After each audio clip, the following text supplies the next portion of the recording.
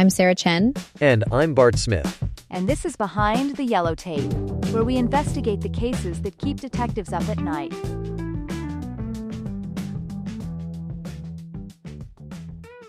Ready for a deep dive into a case that's both fascinating and terrifying? We're going to unpack the story of Richard Kuklinski, better known as the Iceman. Our listeners sent this one in because they were particularly hooked by the 2-year-old cold case that blew this whole thing wide open. You know, what's so compelling about this case right from the start is how an ordinary discovery turns into something really sinister. Picture this. A body found by the road in December of 1986. Tragic, but not unheard of, right? Right. Except this time, the victim, Gary Smith, had been dead for 2 years.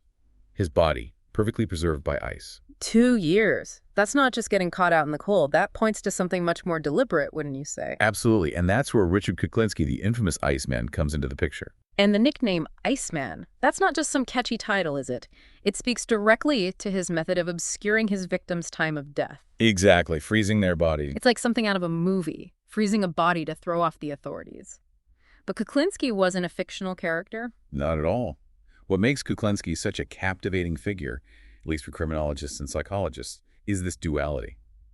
A seemingly normal life, a family man yet capable of unspeakable brutality. It's that duality that's so unsettling. It's tough to reconcile the loving husband and father with the cold-blooded contract killer.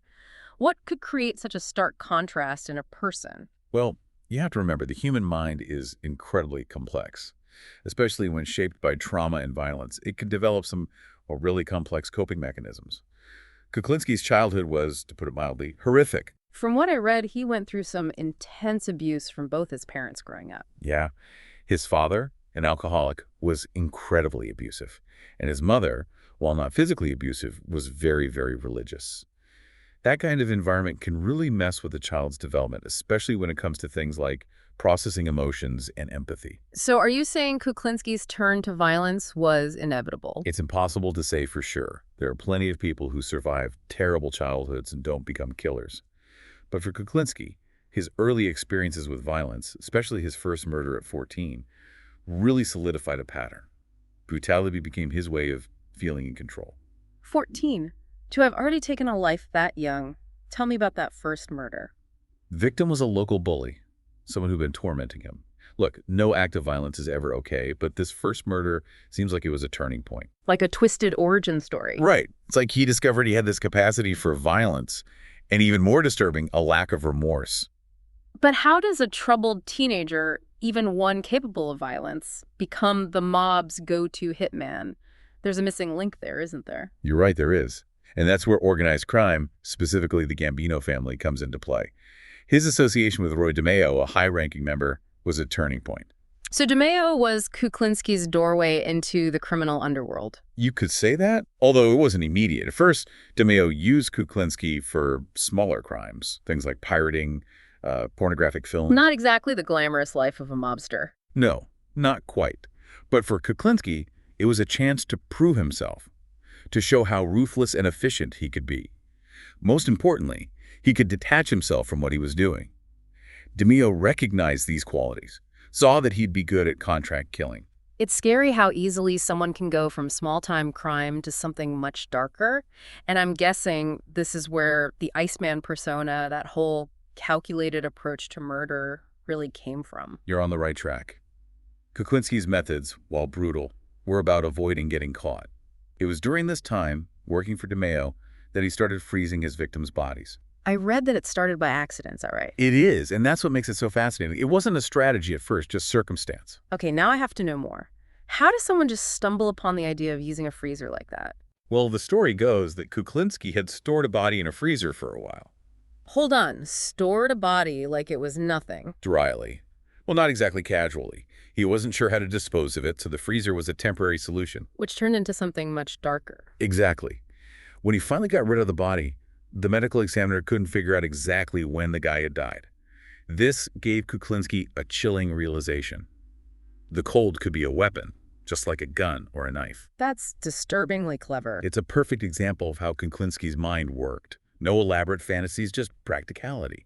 Brutality as a means to an end. And as his career progressed, so did his methods. His methods became, well, more refined. But you're right, we were talking about his versatility. He didn't have a signature style, which must have made it really difficult for anyone to connect the dots. It's like he was a ghost.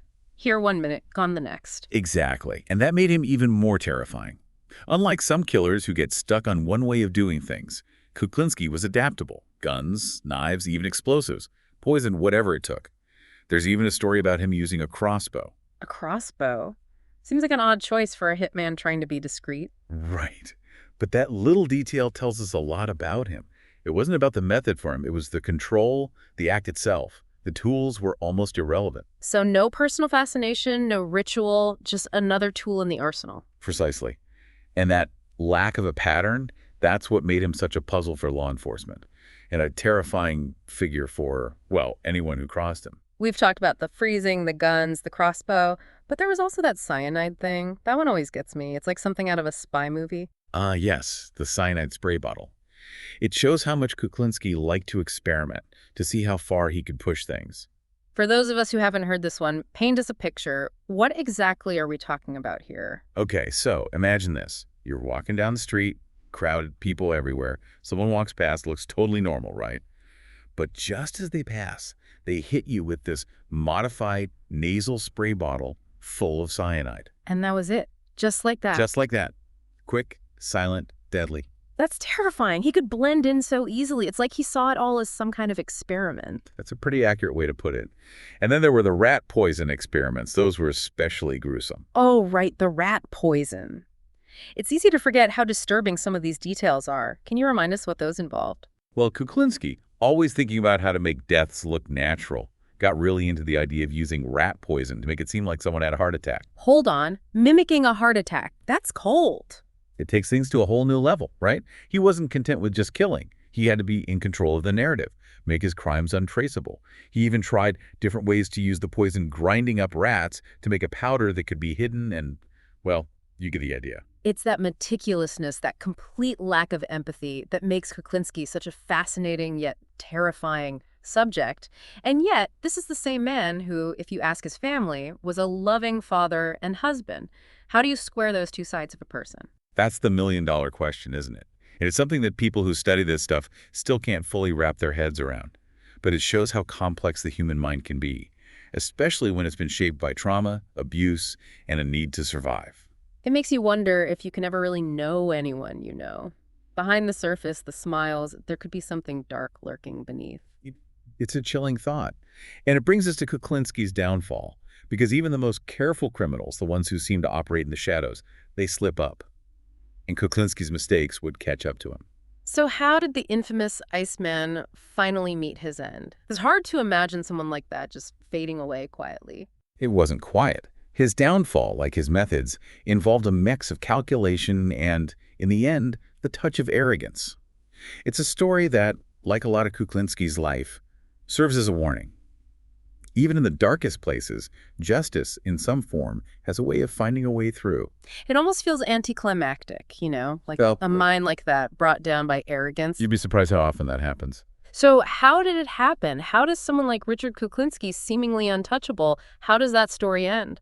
Like a lot of these cases, it started with an undercover operation. The old sting operation. Exactly. An ATF agent, undercover, pretended to be a criminal who needed Kuklinski's services, let's call it, and he managed to gain his trust. Wow, that's getting into the lion's den. This agent was playing a dangerous game. What happened next? Well, this agent, and it took some serious guts, let me tell you, he eventually convinced Kuklinski that he needed a hit taken care of.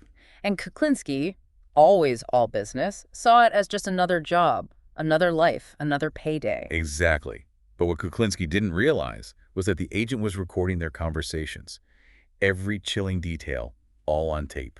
Classic mistake. Underestimating your opponent, overestimating yourself. It's a tale as old as time. And for Kuklinski, it was a fatal mistake. Not literally, of course, but it was the end of his freedom. So with those recordings, they finally had enough to put him away. Yes.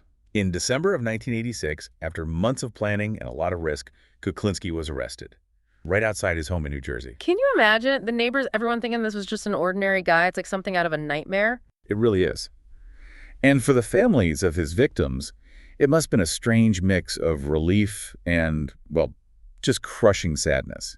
Relief that he was finally caught, but the realization that they might never know everything. Because even after he was arrested, even facing life in prison, Kuklinski didn't confess to everything, did he? Nope. He was convicted of 5 murders, but the real number of victims, we may never know. He claimed it was anywhere from 100 to 250 people. 100 to 250. It's just unimaginable, the amount of pain he caused. And the saddest part is, many of those cases will probably never be solved. Those families may never have any closure. It's a reminder that even though Kuklinski was caught, even though he died in prison back in 2006, the impact of what he did, it continues. It's a dark legacy, one that makes us think about just how dark humans can be. But it also reminds us that even in the face of that darkness, the need to understand it, to find justice, that never really goes away. As we wrap up this deep dive into the life and crimes of Richard Kuklinski, the Iceman, it leaves you with this unsettling feeling. A reminder that monsters can be hiding in plain sight. The Iceman might be gone, but the questions he raises, they stick with you. It's a reminder to be aware, to be cautious, and to never underestimate just how complex the human mind can be. That's all the time we have for this deep dive. Thank you for sending in this case. It's been fascinating and unsettling all at the same time. Until next time, keep asking questions. And stay safe out there.